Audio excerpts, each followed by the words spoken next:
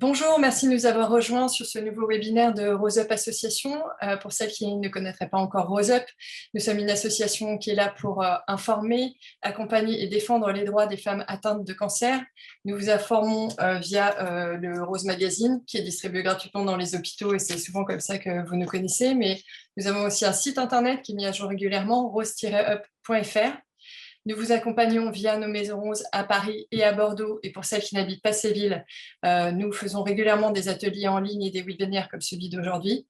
Et enfin, nous défendons vos droits puisque nous sommes habilités à le faire en tant qu'association de patients. Je me présente, je m'appelle Émilie Groyer, je suis journaliste scientifique. Aujourd'hui, j'accueille le professeur Badoual qui va nous parler de biopsie. Professeur, je vous laisse vous présenter. Bonjour, d'abord bonjour de m'avoir invité. C'est toujours un très grand plaisir de pouvoir discuter avec des associations et des associations qui prennent en charge les patientes. Et puis je pense que vous faites aussi des patients par ricochet. Oui, parce que nos sujets sont suffisamment larges pour ne pas concerner que les femmes. Alors moi je suis anatomopathologiste, c'est-à-dire un métier qu'on ne connaît pas très bien, qui est que, enfin, je suis chef de service d'un laboratoire qui est situé à l'hôpital européen Georges Pompidou. Et donc, mon métier, c'est de regarder au microscope les cancers des patients et de faire le diagnostic justement au moment de la découverte d'une lésion, mais aussi dans le suivi d'un traitement. Donc, généralement, les services d'anatomopathologie sont dédiés à la prise en charge et à la découverte et à l'ajustement des thérapies pour 80% de notre activité sur le cancer. Et puis, bien évidemment, il y a d'autres lésions aussi qui sont des lésions inflammatoires, des lésions liées à d'autres maladies infectieuses que l'on voit aussi. Et c'est bien pour ça qu'on fait des biopsies, c'est pour aller identifier la lésion qu'on voit et mieux la caractériser. Donc, parfois, on a des bonnes surprises qui sont que c'est quelque chose d'inflammatoire et pas du tout tumoral et qu'on peut ou des très bonnes surprises aussi, dans le sens où il y a eu des régressions, des choses comme ça. Donc, c'est absolument important d'aller regarder au microscope et pas seulement de regarder avec un examen clinique, mais aussi avec des radiologies, des IRM ou des échographies. Et donc, en médecine, on a pour adage de dire que toute lésion n'est pas un cancer tant qu'il n'a pas eu d'examen histologique. Donc, c'est pour regarder les prélèvements pour faire le diagnostic. Voilà. D'accord, très bien. Alors, avant de commencer, donc vous allez nous faire une courte présentation et ensuite on va passer aux questions-réponses. Avant de commencer, je rappelle le fonctionnement. Donc, pour celles qui nous suivent via Zoom, vous pouvez poser vos questions dès maintenant en utilisant la petite icône QR en bas de votre écran. Et pour les personnes qui nous suivent en live sur Facebook, j'irai voir de temps en temps sur l'application pour voir si vous nous posez des questions. Donc, je vous laisse lancer votre présentation et puis on posera les questions au fur et à mesure. Alors, j'ai à dessein fait une présentation courte. Oui. Pour justement vous présenter un peu qu'est-ce qu'une biopsie, quand, pourquoi et comment la faire. Dans la prise en charge, alors on va en parler, surtout des cancers. Donc, qu'est-ce qu'une biopsie? En fait, une biopsie, ça consiste à prélever un fragment de tissu et donc d'organes afin de pouvoir l'analyser au microscope. Et donc, c'est ce que je vous ai dit, pouvoir me permettre et nous permettre de poser un diagnostic. Donc, presque tous les organes peuvent être biopsiés, que ce soit la peau, les bronches, la vessie, le sein, enfin la prostate, même le cerveau. Et l'accès est donc plus ou moins facile, très simple pour la prostate, la peau par exemple, un peu plus difficile pour le sein parfois, et puis plus complexe pour le cerveau. Et donc ces biopsies peuvent être plus ou moins guidées par l'imagerie, par des échographies et des scanners qui vont être faits en même temps que le geste biopsique. Donc là, je vous ai montré des biopsies ORL où on a des prélèvements qui vont être épinglés, plus ou moins orientés en fonction de la taille de la biopsie, et où on va, vous voyez, c'est minuscule, c'est millimétrique. L'idée est de prendre des tout petits morceaux. Donc j'ai fait exprès de vous laisser les carrés, c'est 0,5 cm. Donc vous voyez que systématiquement, c'est infracentimétrique généralement les biopsies, et qu'on est amené à faire parfois des diagnostics sur quelques cellules et parfois il faut recommencer les biopsies, et je commence déjà à introduire le fait que la biopsie parfois est compliquée sur le plan de l'interprétation. Alors la biopsie, elle est généralement prescrite par un médecin en complément d'une imagerie ou alors d'un examen clinique. Quand c'est pour la peau, on n'a pas besoin d'une imagerie. Quand c'est pour le poumon, il est évident que le clinicien a besoin d'avoir un scanner ou une IRM. Et elle est particulièrement indiquée dans le cas de suspicion de cancer, je vous l'ai dit, mais ça peut être aussi dans le cas de lésions inflammatoires. Et donc, il s'agit ici de biopsier soit la tumeur principale, soit éventuellement les métastases, et faire le diagnostic des métastases. Donc, les métastases, on peut avoir des biopsies de corps vertébral, des biopsies de ganglions, pour faire le diagnostic d'un cancer primitif qu'on n'a pas retrouvé. C'est-à-dire que c'est ce qu'on appelle les CUP, les carcinomes dont on ne connaît pas le primitif.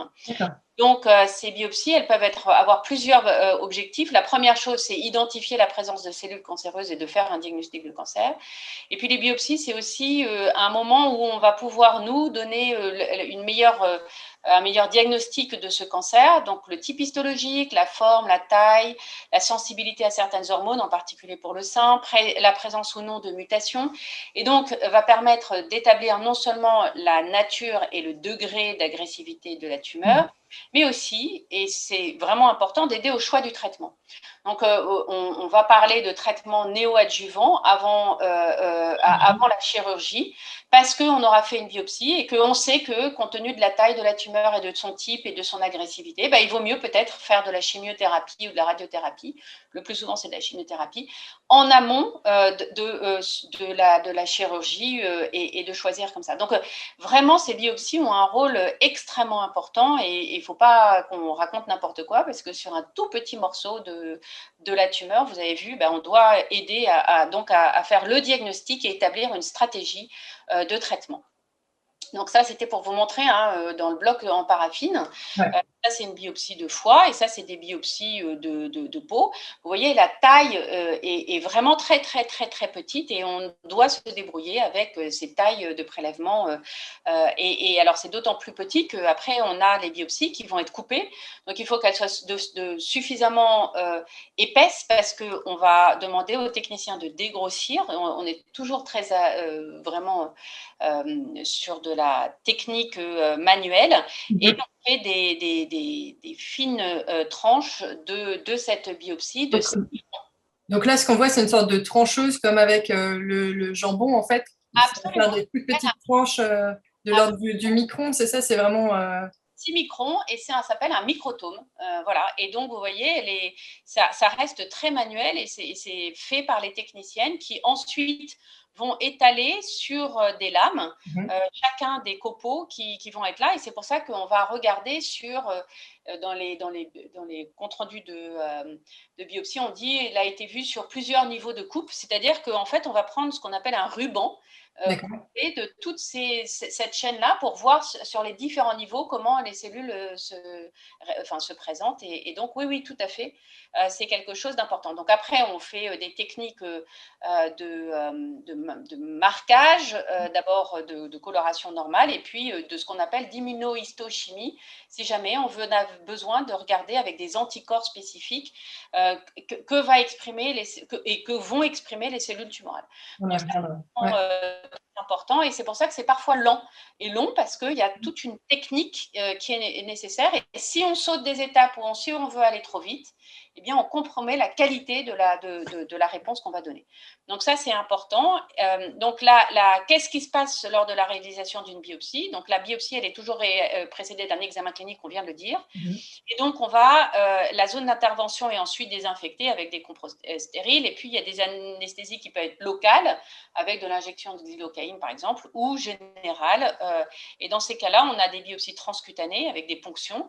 Et donc, je vais vous montrer, donc avec le médecin qui réalise avec une aiguille qui est parfois guidée par des images qui peuvent être endoscopiques ou de scanner. Et donc là, c'est le foie, le rein, le sein, la prostate qui vont être biopsiés.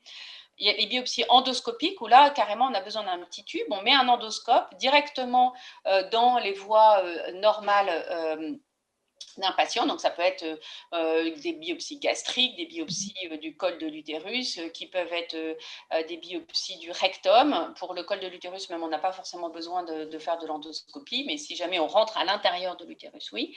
Et une sorte, et où on peut prendre, et on va, avec des pinces, des espèces de crochets, prendre des petits morceaux de la lésion qu'on va identifier. Et puis, des biopsies chirurgicales, et là, c'est une vraie opération.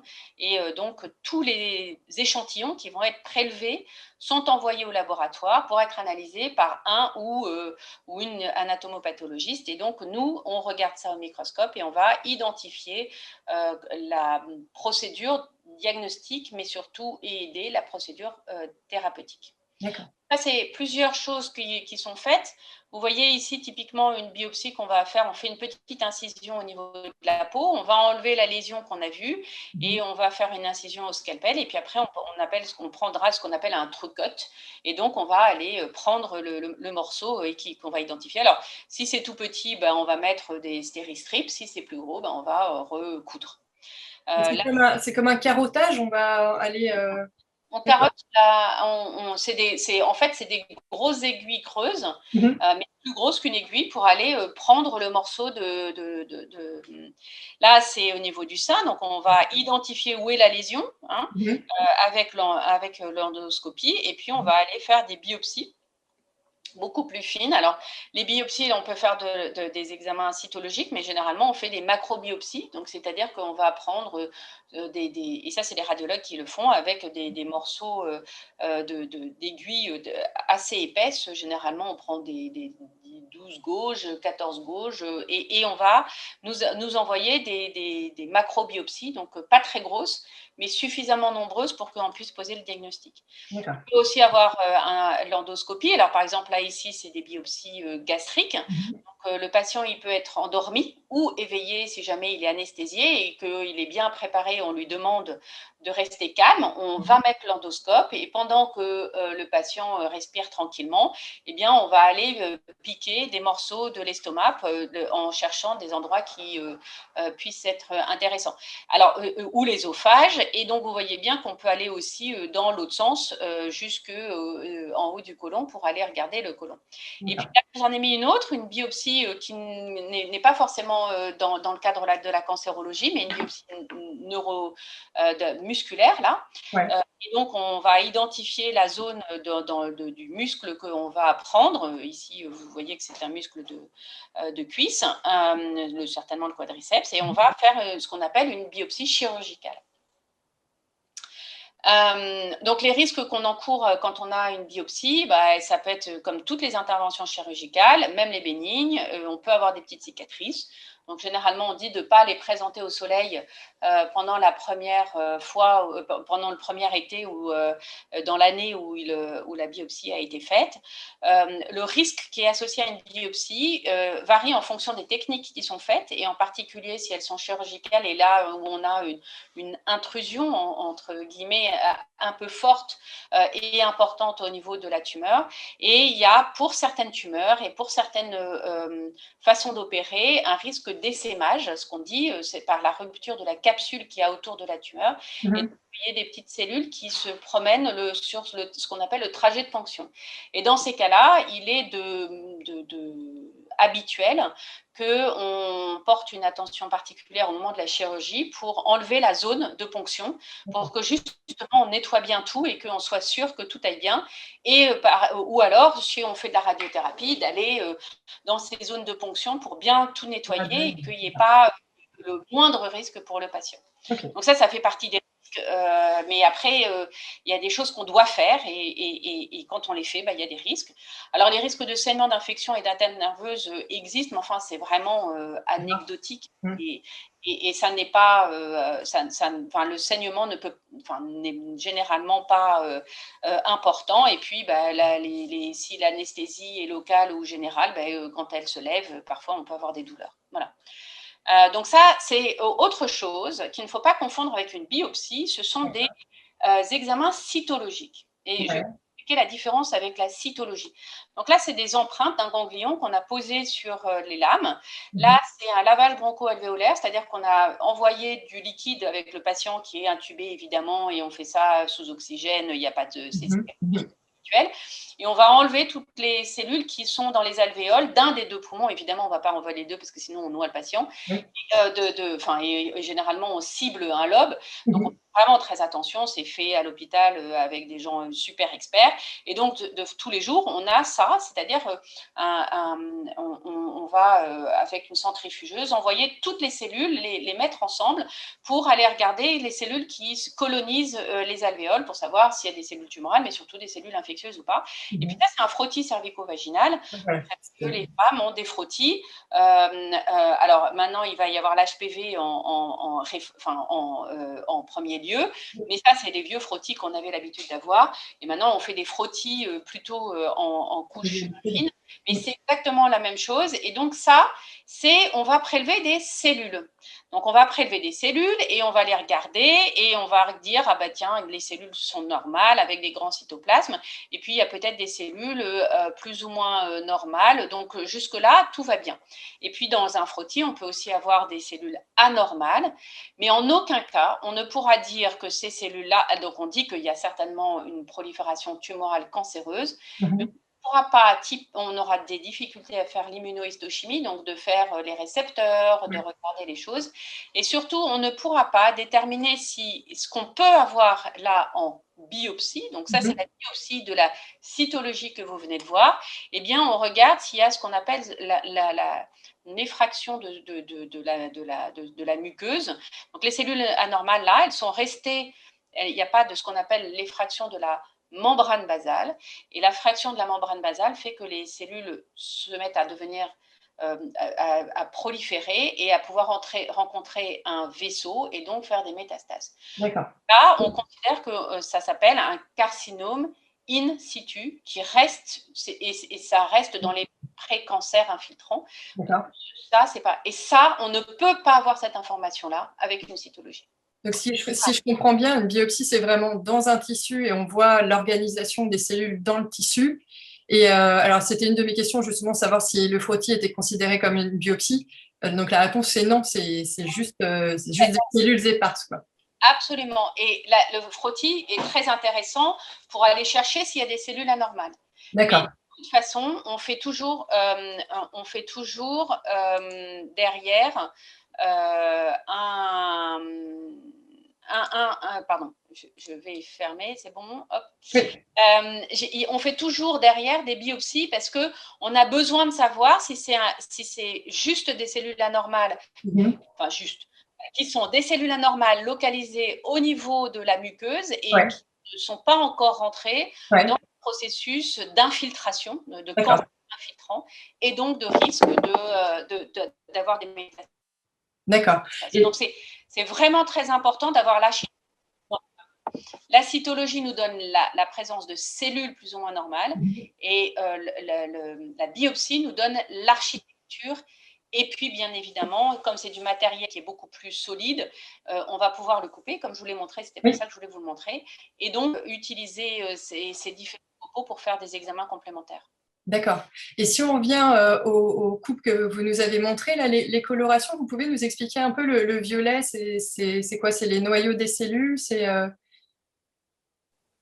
En fait, on utilise une coloration qui s'appelle l'hématéine éosine safran, donc HES. Mhm. Nous, on est ça dans la littérature anglaise et de façon internationale, on utilise le HE, hématéine éosine.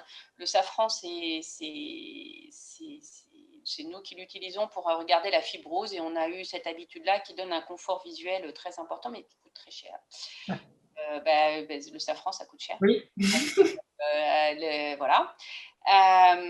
Tant qu'on a des colchiques dans nos prés, on l'utilise parce que c'est vraiment issu des crocus et des colchiques. Donc, on va colorer les cytoplasmes plutôt en rose, avec l'éosine, les noyaux vont être un peu plus foncés. Et c'est justement ces gammes de coloration et le jaune de safran pour montrer la fibrose et ce qu'on appelle le stroma, c'est-à-dire là où sont nourris le tinidouillé des cellules. Ce qu'il y a autour des cellules. Et donc, ces différentes colorations et surtout les différentes, ce qu'on appelle affinités tinctoriales. Ouais. C'est-à-dire qu'il y a des choses qui accrochent un peu plus la coloration. Il y a des cellules qui vont être claires et ça, qui nous permettent d'identifier et donner une cartographie aux cellules.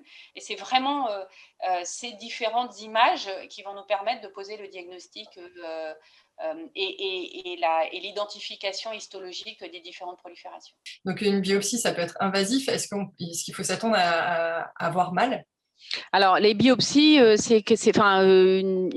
piqûre, ça peut faire mal, une biopsie, ça peut faire mal.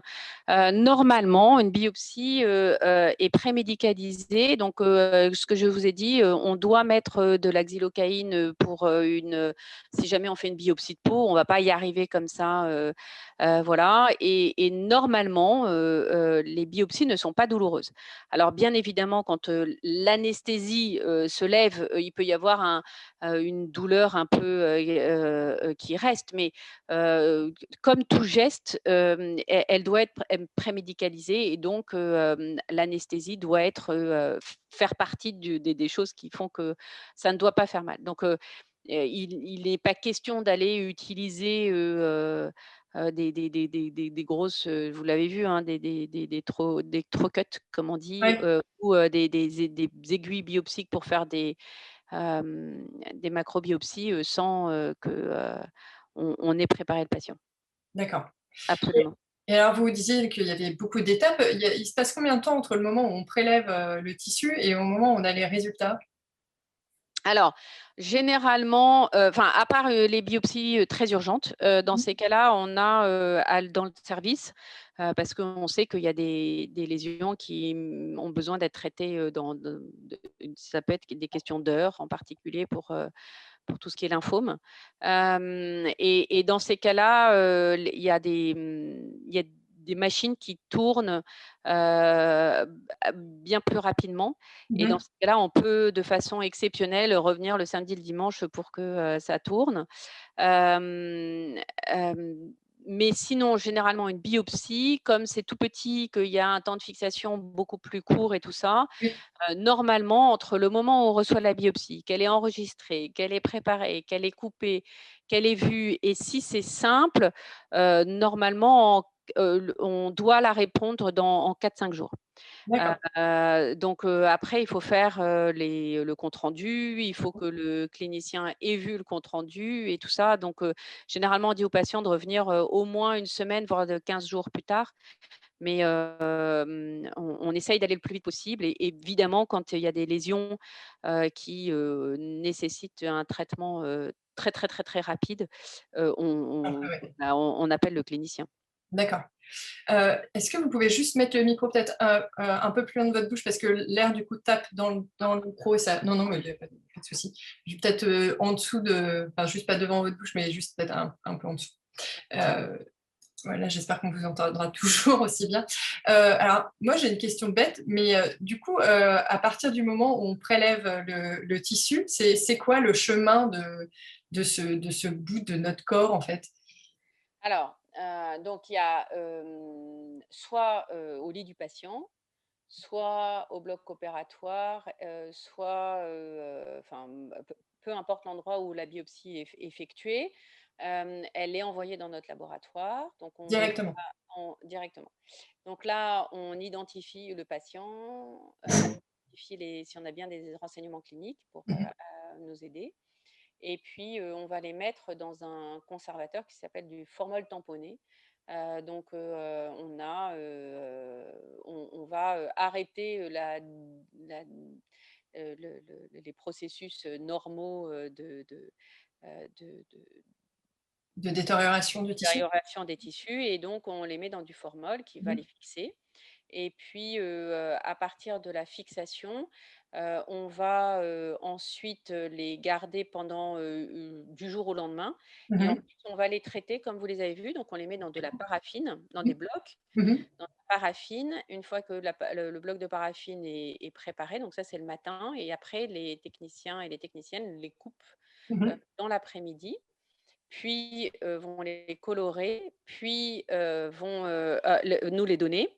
Ouais. Une fois qu'ils sont examinés, les médecins vont déterminer s'il y a besoin de faire soit des recoupes, parce que je vous ai dit que c'est tellement petit que parfois on voit mal et qu'on se dit: «Bah, tiens, peut-être que plus tard, ah, je vois des choses, mais j'aimerais bien voir Un un peu tout plus petit loin. peu plus tard qu'est-ce qui se passe dans le prélèvement». Et puis, ou alors on demande des, examens complémentaires avec, ce qu'on appelle de l'immunohistochimie. Donc on va aller, demander des anticorps, pour savoir l'expression d'hormones, pour savoir l'identification des tumeurs, parce que parfois elles sont très peu différenciées, on ne peut pas beaucoup aider. Par exemple, là, hier, j'étais sur, des biopsies, d'os, de métastases de cancers non connus, et Mhm. bien, quand les métastases, sont, des proliférations de tumeurs qui ressemblent à rien, bah, il faut qu'on utilise de l'immunohistochimie pour savoir, et pour avoir des algorithmes décisionnaires.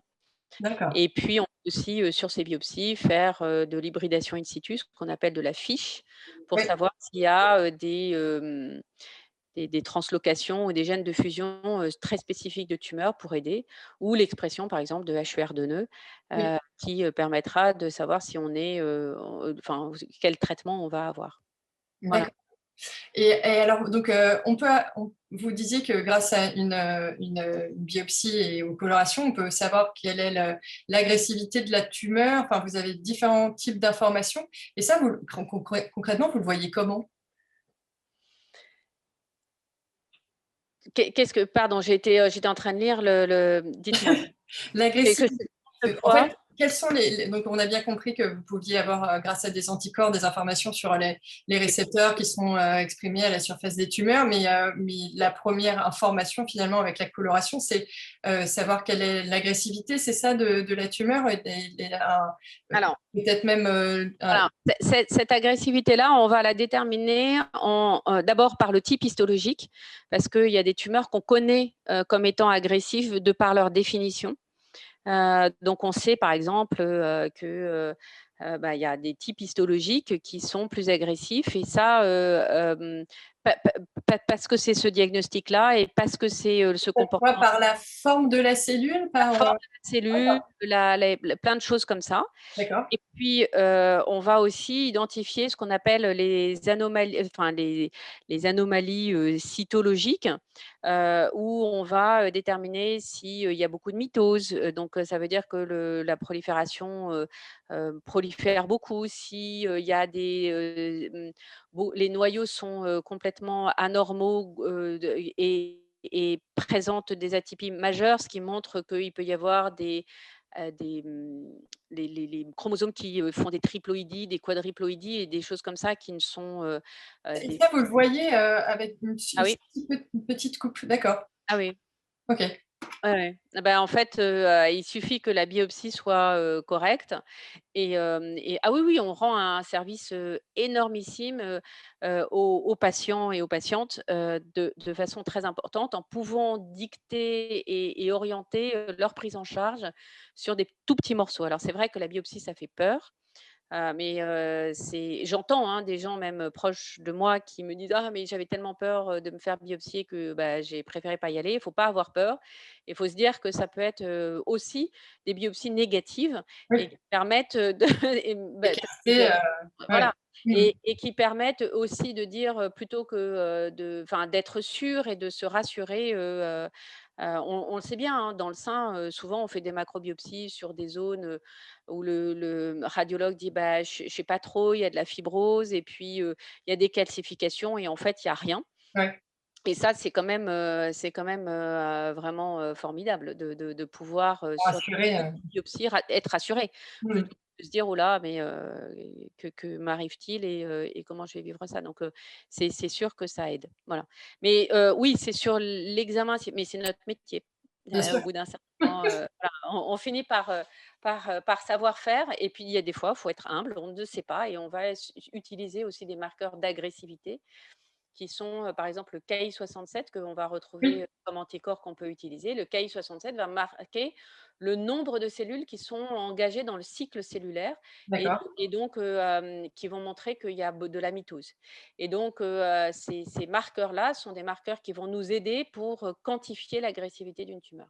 Voilà. Et donc l'agressivité, c'est lié au taux de prolifération des cellules? L'agressivité, ça va être lié au type histologique, au taux Ouais. de prolifération et sur les biopsies, quand elles sont bien faites et qu'elles peuvent donner des informations, on peut voir d'autres marqueurs d'agressivité, Mmh. qui peuvent être des engainements périnerveux, qui peuvent être des emboles. On peut les voir sur des tout petits morceaux parce que la tumeur est agressive et que, voilà et que, le prélèvement a été informatif. Et puis, on est, sur, aussi, par exemple, si jamais on a une biopsie profonde et si on a, par exemple, l'infiltration de muscles, de choses comme ça, on peut Mmh. dire, véritablement que la tumeur est plutôt agressive et plutôt, infiltrante. Voilà. Donc toutes ces informations-là, on les a ou pas. Ouais. Il faut toujours s'arrêter au niveau où on peut. Si on a les informations, il faut absolument les donner, Mmh. mais parfois on les a pas et on se restreint on se restreint, on donne l'information, cancer ou pas cancer, inflammation ou pas inflammation, infection ou pas infection, mais on s'arrête là et il faut pas non plus, il y a trop aussi de bêtises qu'on peut dire en croyant et en faisant, des supputations, Mmh. certaines, je pense que et c'est ça qui est difficile aussi pour les patients, surtout et pour les cliniciens, c'est qu'une fois qu'ils ont fait la biopsie, ils voudraient qu'on donne la réponse de façon certaine et il y a des fois où on dit que le prélèvement est trop petit, le prélèvement n'a pas intéressé la lésion et Mmh. puis des fois où il y a entre ce que le clinicien ou le radiologue voit et nous, ce que l'on diagnostique, Mmh. hem, des incompatibilités et des choses qui ne sont pas, compréhensibles et dans ces cas-là, on demande à ce que des nouvelles biopsies soient refaites pour mieux D'accord, comprendre ce qui se passe. Parce que d'accord. si le clinicien dit: «Moi, j'ai une énorme tumeur» et nous, on dit: «Bah, j'ai rien», il faut, se dire il y a le prélèvement n'a certainement pas été fait au bon endroit ou Mmh. alors que la tumeur est peut-être quelque chose d'inflammatoire et que ça a été mal identifié. Donc D'accord. ça fait partie des choses importantes. Et puis la dernière chose, c'est que ce qui induit forcément, la notion qu'une biopsie négative, heu, ne veut pas dire qu'il n'y a forcément rien. Une Mmh. biopsie négative, doit subir l'autocritique de: «Est-ce que j'ai bien prélevé dans le bon endroit?» Alors, ouais, et justement, c'était ma question, c'est comment, le chirurgien sait où il doit les prélever? Parce qu'on a bien vu que c'était juste sur quelques millimètres, donc il suffit qu'en effet, qu'ils soient pas, au alors, bon endroit pour pas. la tumeur, elle peut faire 5 centimètres et le prélèvement quelques millimètres. Donc là, le risque sur une tumeur, par exemple, de 5 centimètres, ça va être, la possibilité de nécrose et Mmh. ça arrive.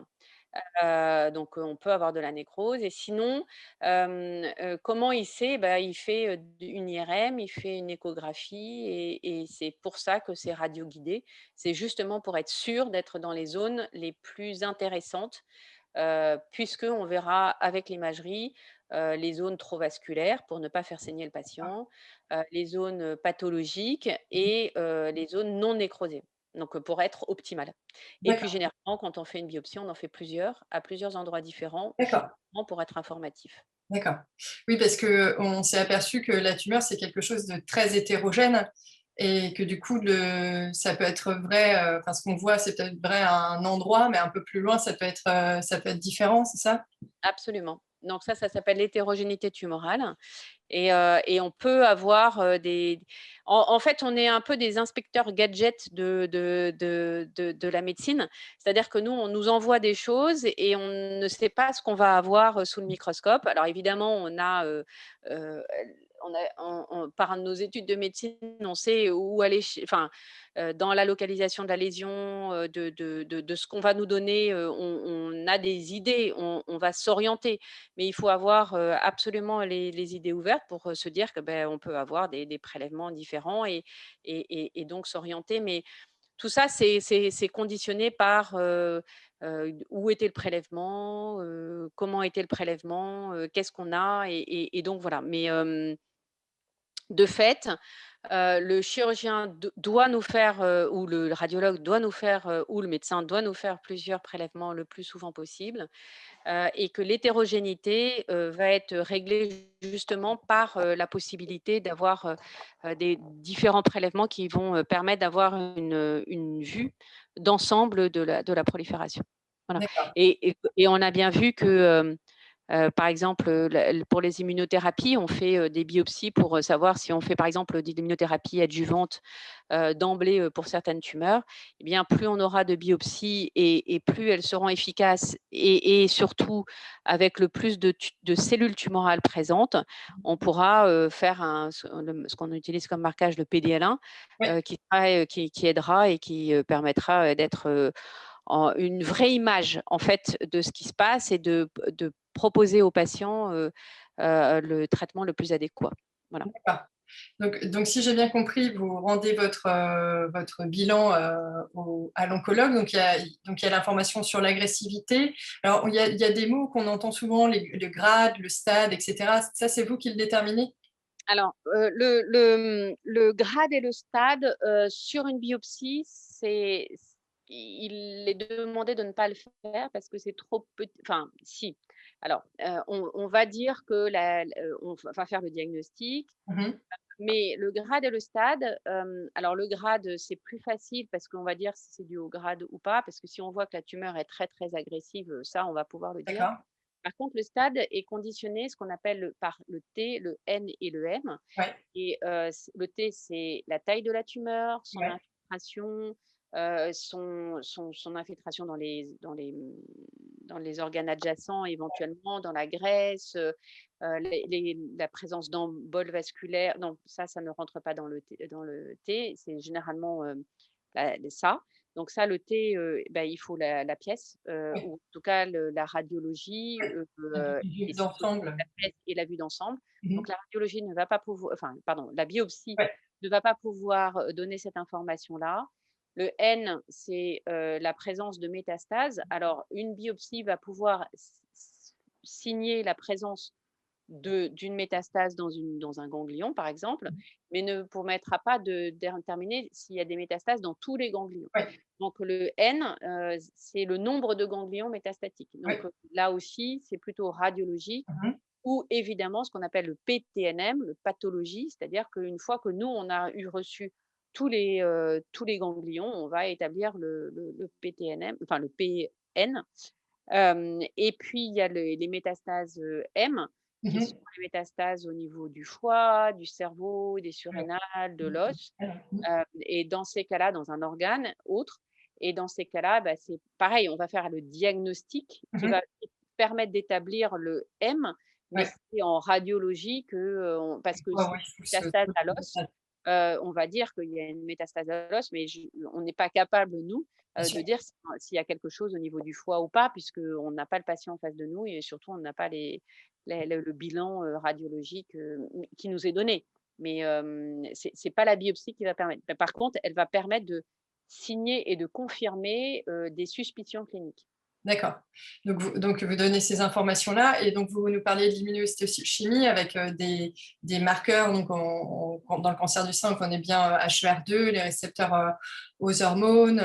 Vous parliez aussi je ne sais plus de quel marqueur vous parliez. Enfin bref, du coup, ça, c'est plus pour après permettre à l'oncologue d'établir son traitement, son protocole, voir s'il a des cibles pour des thérapies ciblées ou s'il peut utiliser l'hormonothérapie. Donc ça, on a montré, hein, parce qu'on pourra dire, «Oui, mais justement à cause de l'hétérogénéité, pourquoi vous faites de l'immunohistochimie?» Donc, en fait, l'immunohistochimie, va permettre d'orienter et de permettre de dire, au clinicien, bah, la tumeur, elle exprime, certains marqueurs et dans ces cas-là, on va pouvoir proposer des thérapies, importantes. Donc, il y a eu pas mal de papiers, hein, qui sont sortis, sur le fait que les macrobiopsies, par exemple dans le sein, sont très reproductibles et surtout, la réponse, sur les marqueurs, récepteurs oestrogènes et progestérone, sur les macrobiopsies est tout à fait identique, enfin suffisamment reproductible entre les biopsies et la pièce opératoire. Donc ça, c'est plutôt pas mal. Ça veut dire que quand on va dire que les récepteurs hormonaux sont positifs, pour certains patients, pour certaines patientes, eh bien, on va proposer une hormonothérapie adjuvante, qui, n'est pas juste quelque chose qui, s'applique sur une petite biopsie, mais qui, répond, en fait à une image de toute la tumeur. Donc ça, c'est possible et ça permet d'orienter, la tumeur et puis, donc ça, c'est toutes les marquages qui permettent, d'asseoir le diagnostic parce que le récepteur à l'œstrogène et la progestérone, c'est quand c'est une métastase du sein, bah, c'est là qu'on attend de bien vérifier et que, ça les exprime bien.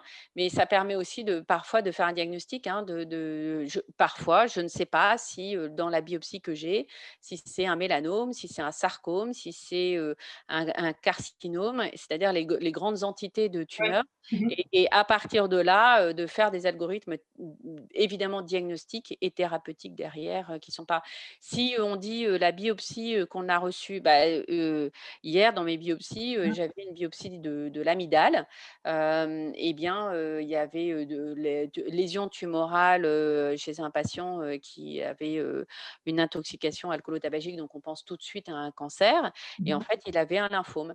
Donc, il y a et le lymphome, ça se traite par chimiothérapie et le carcinome, ça s'opère. Donc Ouais. c'est pas du Ah, je tout, vois, ouais. prise en charge. Donc c'est vraiment très, très important d'avoir ces biopsies, qui ne sont qui sont en fait un prémisse de la prise en charge, du patient et surtout qui permettent d'avoir le diagnostic et de proposer les thérapeutiques. Il est alors on peut, s'amender de faire des biopsies dans des cas très, très particuliers, chez des patients extrêmement fragiles, pour lequel on va faire de la cytologie et la présence de cellules tumorales permettra de poser ça c'est des patients généralement qui peuvent être, très âgés ou, la biopsie est un peu, difficile, où on a Ouais. du mal à les endormir. Donc ça, mais généralement, on préfère avoir une biopsie et puis, on peut aussi, face à des récidives d'une tumeur connue sur une imagerie qui est, sans équivoque et pour lequel la biopsie est là encore difficile alors qu'on connaît la maladie, il se peut qu'on puisse ne proposer des traitements, sans aller faire une biopsie, mais le plus souvent, on fait une biopsie. D'accord. Et qu'est-ce que une fois que vous avez fait toutes vos coupes, qu'est-ce que devient, ce prélèvement? Est-ce que vous le conservez pendant longtemps? Absolument. Donc, c'est sur le plan médico-légal, Mmh mh. pour les adultes, on doit les garder 10 ans. D'accord. Donc et garder la trace. Donc maintenant avec les lames scannées, Oui. puisqu'on va les avoir sur nos ordinateurs et on les utilise comme ça et bien, on garde l'image et en fait l'image reste avec le dossier du patient, heu, D'accord. numérique. Donc en fait, il y a c'est les images typiques qui ont permis le diagnostic, Oui. sont, dans le dossier patient maintenant. D'accord. Et dans les hôpitaux en fait, la réglementation est un peu compliquée. C'est-à-dire que les biopsies doivent être gardées au moins 10 ans chez l'adulte, Mmh mh. donc les lames et les blocs pour qu'on puisse D'accord. revenir si jamais, bah, l'évolution n'est pas, compréhensible et surtout, vous le voyez bien avec l'immunothérapie, on revient sur des prélèvements qui ont Ouais. été faits pour proposer des nouvelles thérapeutiques, donc c'est pour ça qu'on les garde. D'accord. Ça, il y a c'est une obligation, mais dans tous les hôpitaux, on a au moins 30 ans de recul, qu'on garde, parce que ça s'abîme pas trop et qu'on Ouais. peut on s'en sert aussi pour faire, de la recherche, Mmh. puisqu'on a les prélèvements et que ça permet aussi de faire avancer, la recherche. Donc, ces prélèvements, ils sont faits et c'est pour ça que souvent les patients signent des, consentements d'utilisation de leurs prélèvements, une fois que leur évidemment que le principe de primum non nocere, est appliqué. D'abord, on s'occupe des patients, d'abord, on leur fait le diagnostic et bien évidemment, on s'engage, si jamais on fait de la recherche, à ce qu'ils en soient informés. Donc, ça c'est s'ils ont signé un papier, bah, ils sont informés qu'ils peuvent aussi, demander, d'arrêter, de D'accord. partager leurs prélèvements et certaines recherches, sont enfin, recherches sont déclarées, au comité de protection des personnes et Oui. si jamais il le faut, eh bien, ils recevront une lettre pour leur demandant de nous prévenir si enfin, de prévenir les chercheurs si jamais ils veulent pas qu'on fasse une utilisation de leur prélèvement et donc ça et donc on les garde 30 ans le plus souvent mais ils sont, dans nos sous-sols. Et ils sont identifiés et ça, c'est la gestion, des prélèvements, mais voilà, sous clé, Oui, sous j'imagine bien. numéro enfin voilà, donc c'est aussi important de garder ça, mais on sait aussi on peut y revenir et que c'est important de ça. Donc pour les enfants, c'est différent. Pour les enfants, on est obligé de les garder 10 ans après leur majorité. D'accord. Un enfant de 5 ans qui est opéré, on va garder jusqu'à ses 18 ans plus 10. Et quand je dis 10, je ne sais même pas si c'est pas 20, je me souviens pas, je préfère, enfin, en tout cas, de nombreuses années après la majorité de l'enfant. D'accord. C'est des choses, qui sont importantes et donc dans les hôpitaux, ou dans les centres qui prennent en charge les tumeurs d'enfants, il y a une obligation de vraiment garder, les prélèvements longtemps.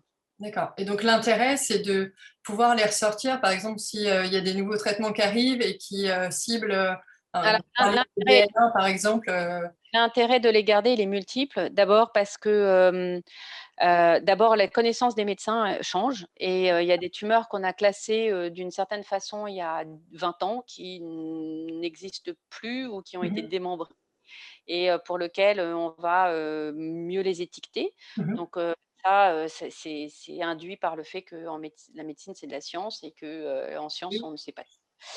Donc ça, c'est déjà important. Deuxièmement, des réajustements de diagnostic. Il faut aussi avoir l'humilité de penser qu'on n'est pas parfait Mmh et mh. que parfois on n'a pas vu certaines informations et qui, font qu'à la relecture, ça permet de, asseoir, parce que, l'évolution n'est pas compatible, parce que en fait, c'était une tumeur plus compliquée qu'on ne l'avait pensé, Mmh. ou des choses comme ça. Donc ça arrive. C'est rare, mais ça arrive et c'est important de pouvoir le faire. Ensuite, il peut y avoir aussi, des tumeurs qui vont, rentrer dans des protocoles, de thérapeutiques et dans ces cas-là et ben, on va demander, des marquages, Ouais. différents et des marques différents sur, des protocoles, qu'on appelle les trials de prise en charge du patient et dans ces cas-là, et bah, il y aura des lames ou des blocs à envoyer, dans des pharmacies enfin des groupes pharmaceutiques ou des groupes de recherche ou des marqueurs à faire qui n'ont pas été faits, d'emblée. Donc bien évidemment, c'est important de le garder. Et puis, bah, les thérapeutiques, ça change aussi et il y a, des marqueurs qu'on ne cherchait pas Mmh. à des moments donnés, ou qui n'existaient pas et qui, parce que, bah, pareil, on a des outils, thérapeutiques maintenant, qui sont, beaucoup plus efficients qu'il y a même 5 ans et qui sont moins bons que ceux dans 5 ans. Ouais. Donc, il faut garder cette chance, de pouvoir avoir, la possibilité d'incrémenter, notre, diagnostic et d'incrémenter notre connaissance. Voilà et puis, j'y reviens, mais je pense que c'est très important et que les patients participent, aussi, par la biopsie, qui a été faite, pour eux, à ce qu'on puisse avancer de façon collective, sur la prise en charge, de leurs lésions. Et donc, en permettant la recherche dessus, bah, ça permet de faire avancer et si, ça change aujourd'hui, c'est parce qu'il y a des patients, hier qui ont aussi, signé des Mmh. consentements et accepté qu'on utilise leurs prélèvements pour avancer. Mais, alors là, on parle de revenir sur des prélèvements qui ont été faits au début, de la prise en charge, mais il peut arriver aussi qu'on refasse des biopsies, heu, Vraiment? tout au long enfin, un peu plus tard dans le parcours, c'est dans quel cas quand le traitement ne fonctionne pas ou quand il y a une rechute, c'est... Alors, il y a plusieurs choses, en effet. C'est quand le traitement ne fonctionne pas et on veut aller voir où est-ce qu'on en est, ou la radiologie, enfin les examens de façon radiologique ou en imagerie pour être Mhm, mhm. plus correct, ne permettent pas de déterminer s'il s'agit de remaniement fibreux, d'une récidive, de la présence de nécrose. Et dans ces cas-là, la biopsie va énormément aider pour dire ben non, il n'y a rien, ou là, mais je vois quelque chose et en fait, bah, peut-être qu'il y a quelque chose de vraiment. Donc ça, c'est vraiment très important. Et puis, on a parlé d'hétérogénéité tumorale. Et les tumeurs évoluent et parfois elles deviennent plus agressives, avec une transformation, des cellules qui au début étaient des cancers de bas grade, vous Mhm, en avez mhm. parlé tout à l'heure, et qui, vont devenir de plus haut grade, plus agressifs, parce que, il y a eu de la chimio, de la radiothérapie ou une évolution, de certains clones, qui deviennent très agressifs et puis d'autres tumeurs, qui vont se mettre à ne plus exprimer, par exemple, les récepteurs qu'ils exprimaient au début. Par exemple, il y a des tumeurs qui exprimaient, HER2 qui vont plus l'exprimer ou qui vont se mettre à l'exprimer. Donc ça, c'est par des sélections clonales, hein, au cours de l'évolution des traitements et ça, c'est important de le savoir puisque justement, ça fait partie des choses qui vont aider à la thérapie. Et Pour puis, expliquer un peu, pour expliquer un peu l'expansion clonale, il faut se dire que c'est pas enfin, c'est pas des clones identiques dans une tumeur. C'est ce qu'on disait, c'est hétérogène. Donc du coup, il y a des cellules qui vont exprimer HER2 et d'autres non. Et si on utilise par exemple des thérapies ciblées qui vont cibler HER2, on va tuer ces cellules-là, mais les cellules qui ne l'expriment pas seront encore présentes. Et du coup, c'est ça l'expansion clonale, absolument. c'est qu'on va sélectionner certains clones plutôt que d'autres par les traitements qu'on va appliquer. Absolument, les thérapies vont, faire, orienter finalement, l'expansion de certaines cellules qui vont exprimer certains marqueurs ou avoir un comportement particulier, donc Mhm. qui peut être agressif ou exprimer ou se mettre à exprimer et donc qui vont devenir majoritaires alors qu'ils n'étaient pas forcément prédominants, au début du diagnostic et en particulier dans la biopsie, 1re.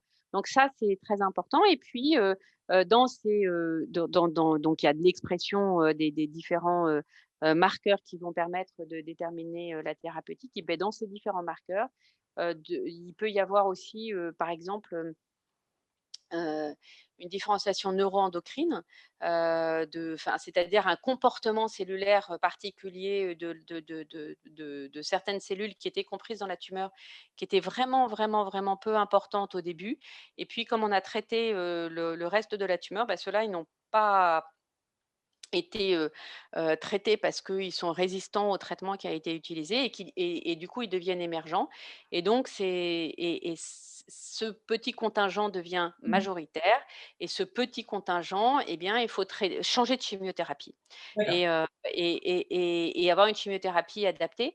Donc, c'est justement en faisant ces biopsies qu'on va pouvoir identifier si la tumeur a changé ou pas et s'il faut la modifier ou pas. Voilà, donc Finalement, c'est un peu comme les bactéries avec les antibiotiques. Quand il y a un antibiotique qui ne fonctionne plus, on change d'antibiotique. c'est exactement le même principe. Voilà. Il y a une question de Marivonne. On a parlé de nécrose à plusieurs reprises et elle demandait si on pouvait Ah, définir ce qu'était une nécrose. la nécrose, pardon, c'est les plages de cellules mortes et donc on va plus avoir, les cellules, elles sont mortes parce qu'elles ont été tuées, donc ça, c'est Mhm. plutôt bien, mais parfois, elles donnent des signaux radiologiques qui sont comme s'il y avait encore de la tumeur et donc D'accord. nous, on va dire: «Ah bah non, elles sont mortes» et donc il y a circulé, il y a plus rien à voir et alors qu'en radiologie, on pense qu'il y a encore du reste de la tumeur. Donc, D'accord. elles peuvent mourir, parce que la chimiothérapie a été efficace, parce que la radiothérapie a été efficace ou, des choses comme ça. Donc la nécrose, c'est un endroit où il n'y a pas de cellules qui peuvent donner des informations puisqu'elles sont mortes et qu'en fait on va plus voir les cellules, on va juste voir, une espèce de bouillie, Ouais. rose, qui n'est pas informative et qui de toute façon, signale le fait que les cellules sont mortes. Et alors là, on a beaucoup parlé des cellules tumorales, mais est-ce qu'on regarde aussi ce qui se passe autour, notamment s'il y a une infiltration de cellules immunitaires, parce qu'on sait que maintenant, avec les immunothérapies, donc le but, c'est justement de booster notre système immunitaire pour qu'il s'attaque par lui-même aux cellules tumorales. Est-ce que vous regardez maintenant aussi ces infiltrations immunitaires? Alors, on a parlé tout à l'heure de l'immunothérapie, pour les biopsies. Donc là, généralement, on sait, hein, que, par exemple, le PDL1 qui est le marqueur qu'on va utiliser, on va le chercher sur les cellules tumorales. Donc ça s'appelle le TCS ou le TC, dans les comptes rendus. Ça veut dire les nombres de cellules tumorales qui vont être marquées par l'anticorps anti-PDL1. Et puis on va avoir l'IC, les cellules inflammatoires qui vont être marquées par le PDL1. D'accord. Donc ça, c'est une des grandes, limites, de la biopsie. Autant c'est, évidemment, nécessaire et fait, de façon, très importante pour, les tumeurs, après chirurgie, autant sur la biopsie, parfois c'est compliqué parce que généralement enfin la personne qui va faire la biopsie, «tape» entre guillemets, c'est-à-dire, va cibler, là où il y a la prolifération et donc on n'aura pas forcément ce qui se passe autour D'accord. et et les cellules immunes qui sont autour et qui, sont autour des massifs tumoraux. Voilà. Donc D'accord. ça fait partie des choses, on sait que dans une biopsie, on peut ne pas être, suffisamment, informatif sur les cellules, immunitaires, mais bien sûr, on les voit et sur des biopsies de bonne taille, on peut très bien identifier si, il y a ce qu'on appelle un stroma particulier et si, l'inflammation est importante. D'accord. Il nous reste, je regardais s'il y avait encore des questions, je pense qu'on les a toutes posées. Il nous reste encore quelques minutes. J'aimerais qu'on parle des biopsies liquides. Quel est l'intérêt par rapport aux biopsies solides? Est-ce que c'est quelque chose qu'on fait couramment et qu'est-ce que ça apporte comme information? Alors, peut-être que c'est la Alors question, la la vraie question. ouais, la biopsie liquide, c'est un espèce de galvaudage d'utilisation puisque ce ne sont pas vraiment des biopsies. C'est des On va cellules. prendre du sang. Mhm. Voilà, et on D'accord. va prendre les cellules tumorales circulantes. Donc, Mhm. c'est en fait là, on va, le geste biopsique, c'est une prise de sang, Ouais. et on va, alors il y a les biopsies, en liquide qui sont, pour prendre le sang et aller regarder les cellules tumorales, circulantes ou l'ARN, tumorale. Donc ça, c'est 2 techniques, hein. Donc l'une, fait qu'on va comme je vous ai montré, vous vous souvenez, le rond, après la cytocentrifugation, on va mettre, soit dans une machine qui va identifier les cellules qui vont être marquées par un anticorps, qui est les anticorps généralement, d'une prolifération qu'on appelle carcinomateuse, c'est-à-dire que en fait, les cellules tumorales vont exprimer, à des récepteurs à leur surface et ce récepteur, il est retrouvé dans quasiment 80 des cancers et D'accord. donc ce marqueur-là, bah, s'il est présent dans les cellules qui sont dans le sang, c'est pas normal. Ça veut dire que, il s'est passé dans le sang et donc ça veut dire qu'il y a un cancer qui est infiltrant et qui a rencontré des vaisseaux et qu'il y a des cellules qui sont dans les vaisseaux en nombre suffisamment important pour que, au moment d'une prise de sang, on les retrouve. Et donc, c'est la présence de ces cellules tumorales, elles sont prédictives de plusieurs choses. D'abord, elles signent le fait qu'il y a bien un cancer infiltrant et que, et puis, elles signent, le fait que une chimiothérapie peut être plus ou moins efficace. Donc, si peut-être qu'il faut la changer si on a trop de cellules tumorales dans le sang. Et puis aussi, du risque d'avoir des métastases. Puisque si on a dans le sang, ça veut dire que, bah, il y a des cellules tumorales qui se baladent dans le corps, même si on sait, que ça n'est pas prédictif à 100 puisqu'on a un système immunitaire justement qui tous les jours tue les cellules tumorales, et de façon très efficace. Donc en fait tout ça, les cellules, les biopsies liquides sont des techniques qui sont, alors, qui ont montré leurs preuves dans certaines tumeurs et pas d'autres, parce qu'il y a des tumeurs qui sont plus cohésives, plus compliquées, enfin voilà donc et puis les marqueurs ne sont pas forcément les bons pour, Mhm. prendre les cellules tumorales, mais dans le sein et dans la prostate, et puis dans le poumon, Oui. c'est des techniques qui sont utilisées, mais pas par tout le monde. Et dans certains centres, on va vous faire les CTC, ce qu'on appelle les Mmh. cellules tumorales circulantes. Ouais. Dans d'autres, non. Et puis, il y a plusieurs travaux qui sont faits pour aller chercher l'ARN circulant où finalement, on n'a pas besoin d'une cellule entière, mais finalement, l'ARN des maintenant que c'est devenu très à la mode l'ARN, Oui, c'est ce l'ARN qui est relargué par la cellule tumorale quand absolument. elle meurt, elle relargue Même son ADN et son ARN, Voilà, en même fond. si les cellules sont, nécrosées, puisque maintenant, on voit ce que ça veut dire, donc tuer, voilà, mais et qu'elles sont, dans le sang, et bien pareil, on va pouvoir aller les rechercher, et là, c'est plus spécifique aussi, et on donne des résultats. Donc, il y a de plus en plus, de protocoles de recherche, sur l'ARN circulant de façon générale, et sur les CTC, et donc ça, c'est les biopsies liquides.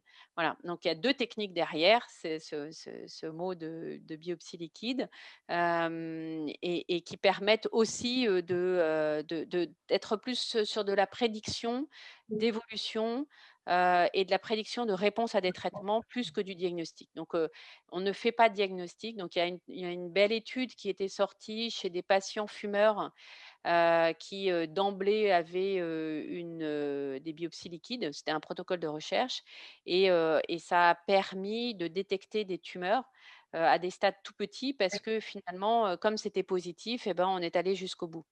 Alors, est-ce que, on peut faire ça à tout le monde? Certainement pas, pour des raisons économiques. Et puis, enfin, quand est-ce qu'on doit aller le faire? Pour qui? Quoi? Comment?